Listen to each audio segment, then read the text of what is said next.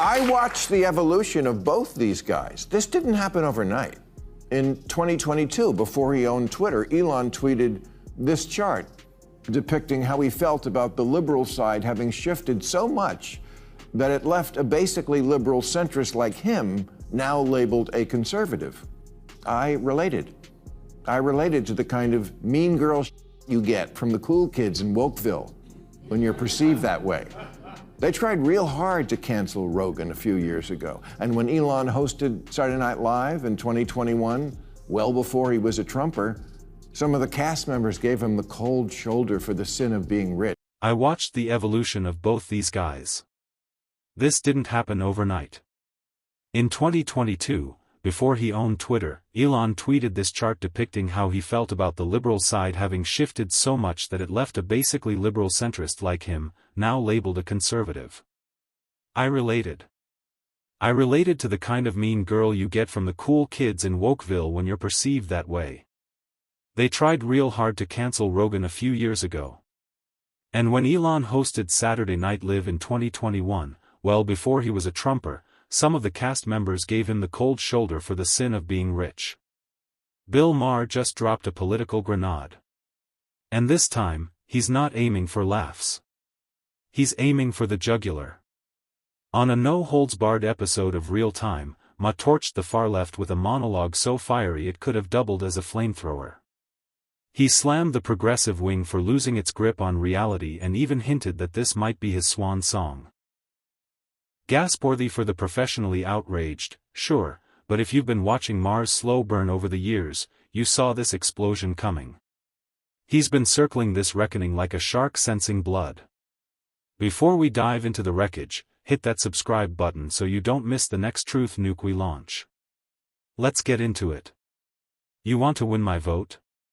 Don't give me the ick. You know what the ick is, right? It's a term mostly used in the dating world to describe that moment when one of the people, usually the man, does something so icky that the woman cannot forgive it or forget it. Like sending a dick pic or being mean to the waitress, paying for dinner with a coupon, applause, getting his mother to call you when you dump him, asking for an baby boys. Once you give her the ick, it's a wrap. So, if you're wondering what lit the fuse under Bill Maher and made him ready to jump ship, here's the raw, no BS breakdown. The left has veered so far off course, they're basically doing donuts in a clown car. Maher's been ringing the alarm for years, warning Democrats they're barreling toward a political cliff. They ignored him. Now, it's not just about pushing absurd ideologies. It's about brainwashing kids to loathe their own country while romanticizing regimes that would gladly watch it burn. That's not progressivism. That's straight-up madness. And for Maher, this was the tipping point. He'd had it. He unleashed a classic bare-knuckled rant that pulled no punches. Let's just say he emptied the clip. And thank God he did. The people who are getting the big crowds right now are AOC and Bernie Sanders. They're going around the country. Thank you. There's that same guy. I call him the always wrong guy. Okay. But I feel like, big crowds, again, the shiny object that the Democrats chase it's not about the big crowds that come out to you when you're talking in a festival or wherever they are. I think it's 'cause I think Bernie showed up at Coachella. That must have been fun for the fans. It's who shows up on election day. And I just don't see that's the ticket. I mean, Cy Booker, I know you've worked with him. I like Cory a lot from my home state of New Jersey. Made a speech for 25 hours again just whacking each other off. This is just not what's going to get the job done. You could practically see the steam rising off Maher's forehead as he ripped into party icons like Bernie Sanders and Alexandria Ocasio-Cortez, blaming them for the collapse of patriotism among young Democrats. The kicker. Sanders and AOC keep walking right into his critique. Less about building up America, more about fanning the flames and pandering to the loudest radicals in the room.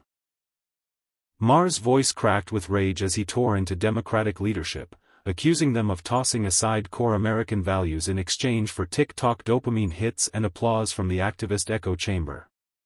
This wasn't just a rant. It was a eulogy for the party he once proudly defended. He torched them for turning their backs on unity, resilience, and reason, the very DNA of the American spirit. Instead of raising a generation to cherish and champion their country, they're grooming cynics trained to despise it.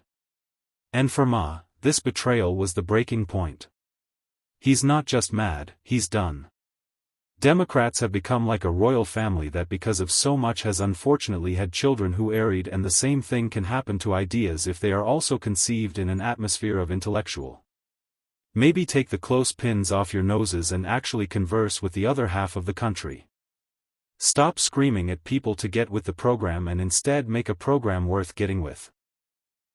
You can feel Maher's fury boiling over as he fires off each word, torching the very party he once proudly stood behind. He accuses the Democrats of spiraling into a smug, insufferably woke bubble, completely detached from the real lives of everyday Americans. Tomorrow, their shiny new ideals are just reheated fantasies. Ideological leftovers dressed up in trendy language with zero relevance to kitchen table issues. Exhibit A, AOC's so-called economic revolution. Maher slams it as nothing more than socialism 2.0, a reboot of an early 20th century failure that's gone down in flames every time it's been attempted. Her grandiose pronouncements either laughably overblown, dangerously naive, or straight up unworkable. And yet, bafflingly, the Democratic machine is charging full speed ahead, propping her up as the party's golden child for 2028. Ma isn't buying the hype. To him, this isn't the future. It's cosplay politics masquerading as revolution. He's stunned at how a party that once stood shoulder to shoulder with the working class is now addicted to viral moments and utopian daydreams. For Ma, that disconnect was the final straw. He's out. It's never too early to strategize. Democrats have been having a lot of donor retreats lately where liberal strategists hold ideathons where they try to figure out why they keep losing elections.